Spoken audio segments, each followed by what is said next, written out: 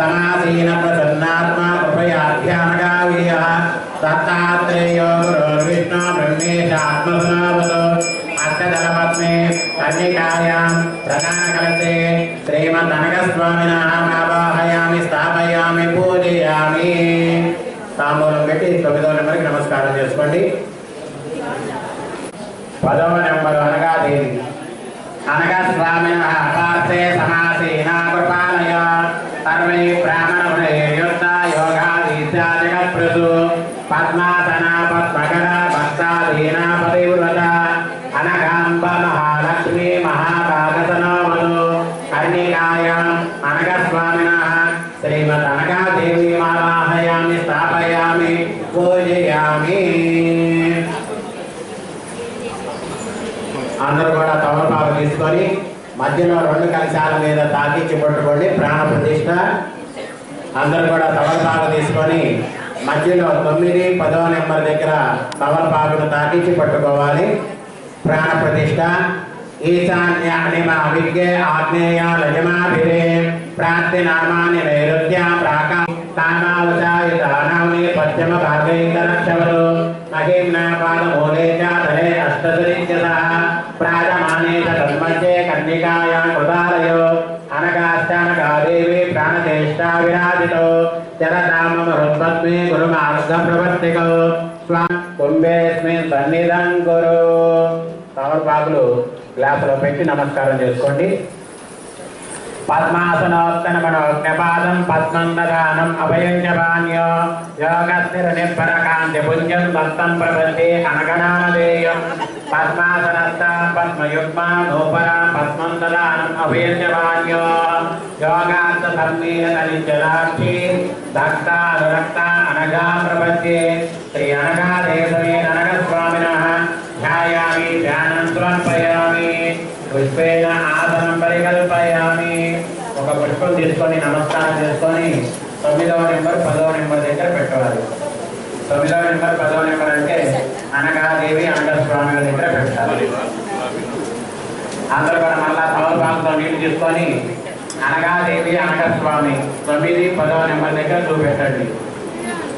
ఆవాహన గుణాతీత పుష్పభీషేషు కృపయా త్రిగుణాన్విత అనఘ అనఘం దేవం దేవీత్య ఆవాహ్యః శ్రీ అనగాదేవసమేత అనఘస్వామినే నమః ఆవాహయామి ఆవాహనం సమర్పయామి। అందరూ మళ్ళా కూడా ఒక పుష్పం తీసుకొని 9వ నెంబర్ 10వ నెంబర్ అనగాదేవి అనఘస్వామి సమేత అనఘస్వామినే నమః ఆసనం పరికల్పయామి। అందరూ కూడా తమలపాకుతో నీళ్లు తీసుకొని స్వామి వారికి అమ్మవారికి చూపెట్టి కింద వదిలిపెట్టండి। అందరూ కూడా వేద జ్యోతిష్య వేదత యతో అనగామకాచక్తం అస్త్ర ఆచమన అర్పితం అనగాదేవి సమేత అనఘస్వామినే నమః ముఖే ఆచమనీయం సమర్పయామి। అందరూ కూడా కుంకుమక్షతలు ప్రపంచే అమృతవర్షికో పంచామృతై అస్యామాత్మాత్మకో అనగాదేవి సమేత అనఘస్వామినే నమః పంచామృత స్నానం సమర్పయామి। మరలా నీళ్లు తీసుకొని చల్లండి। స్నానం మాతతీర్థ పద్మతీర్థ సర్వతీర్థాని తతః సమానేతే చేతలోదకై సమా అనగాయనదో అనగాదేవి సమేత అనఘస్వామినే నమః శుద్ధోదకేన స్నానం సమర్పయామి। వస్త్రం అందరూ కూడా వస్త్రం వలకరేవే చిత్రదశాంతే మయాప్తే కాభ్య అనగాభ్యా తదేముద అనగాదేవి సమేత అనఘస్వామినే నమః వస్త్రయుగ్మం సమర్పయామి।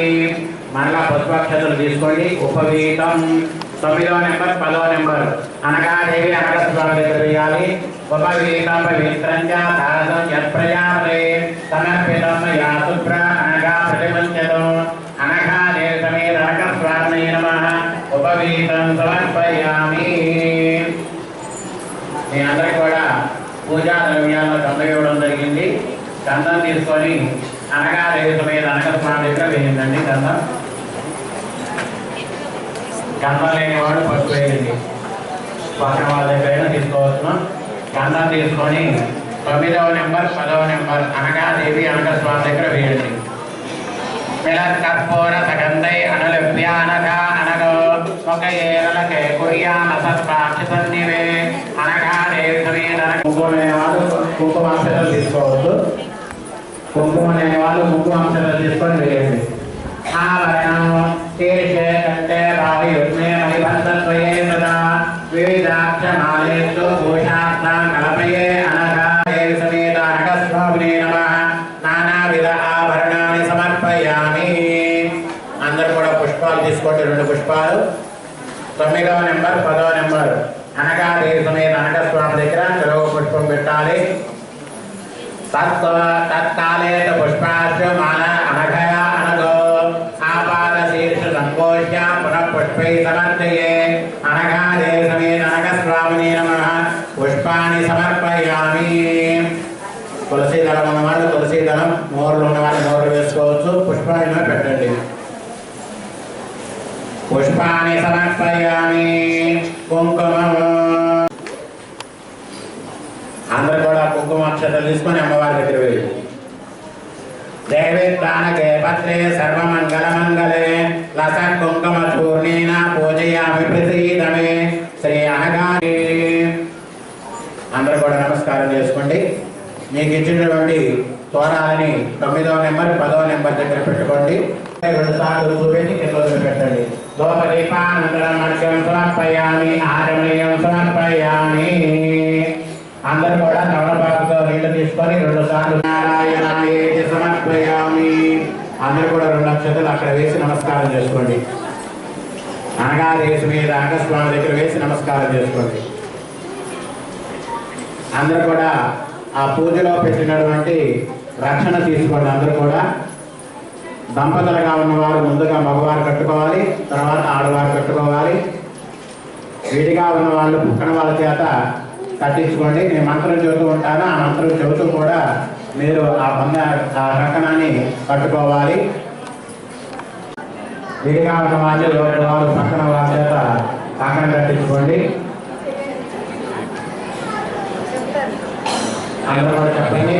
బ్రహ్మ విష్ణు మహేశాన రూపిన్ త్రిగుణనాయక కైవర్ణిక నమస్తుభ్యం సౌరదేవ అనగా శ్రీ గురుదత్త జయ గురుదత్త శ్రీ గురుదత్త.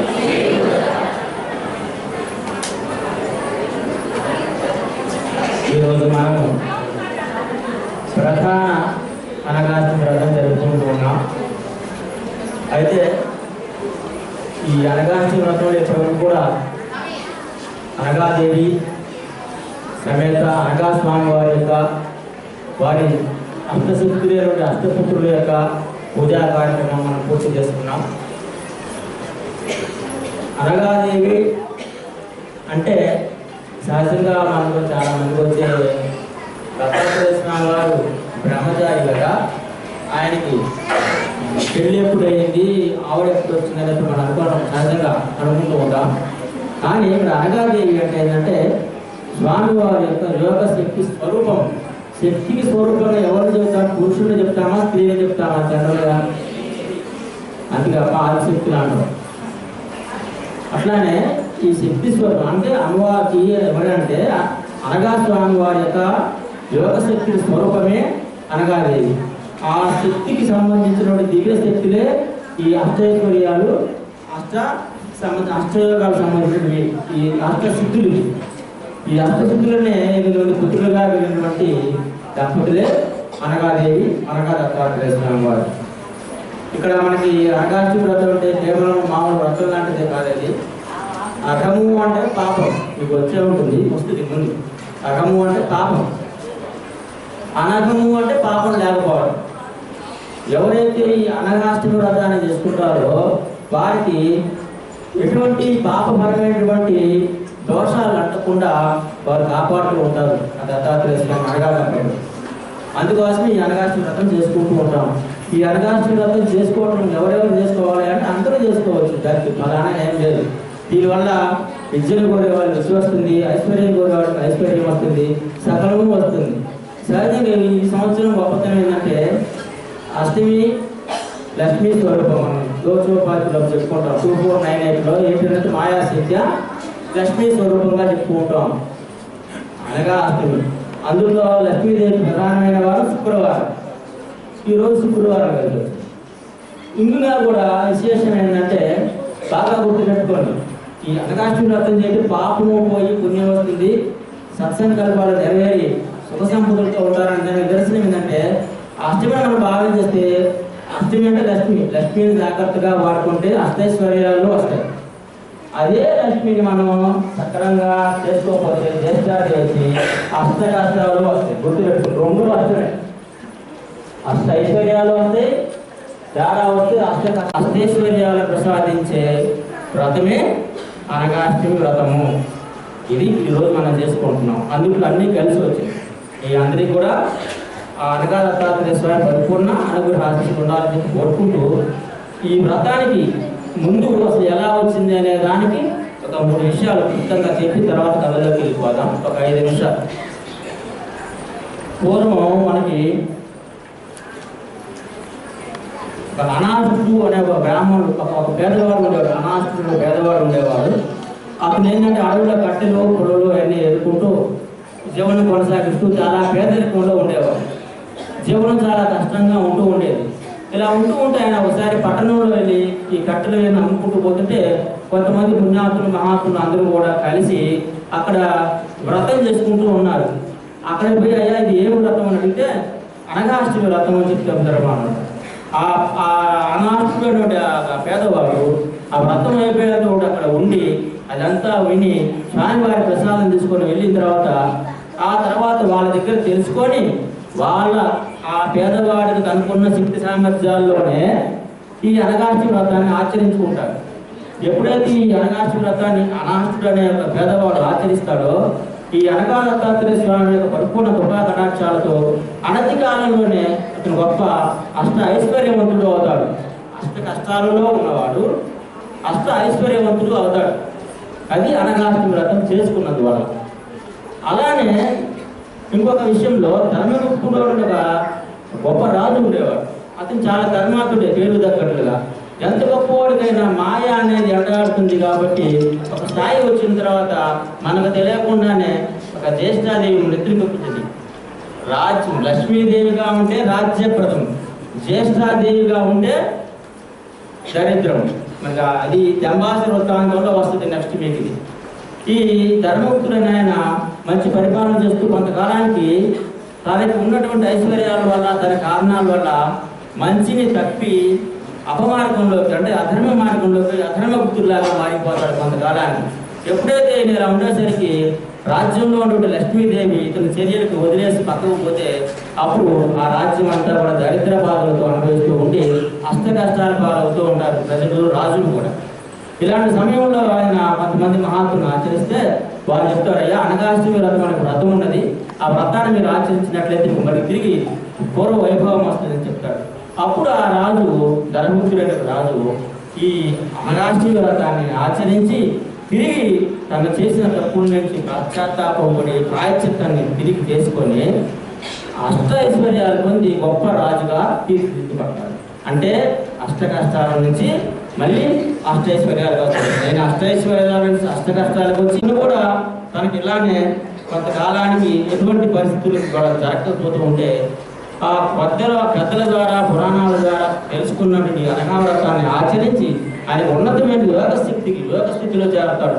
అందరూ డబ్బులే కాదుగా కోరుకుంటుంది, మహర్షులు కోరుకుంటుంది ఏంటి మోక్షము, మంచి సిద్ధి శక్తి సామర్థ్యాలు భగవత్కృప కోరుకుంటారు. అలాంటి దత్త సాక్షాత్కారాన్ని పొందుతాడు అనగాష్టమి వ్రతం చేయడం వల్ల.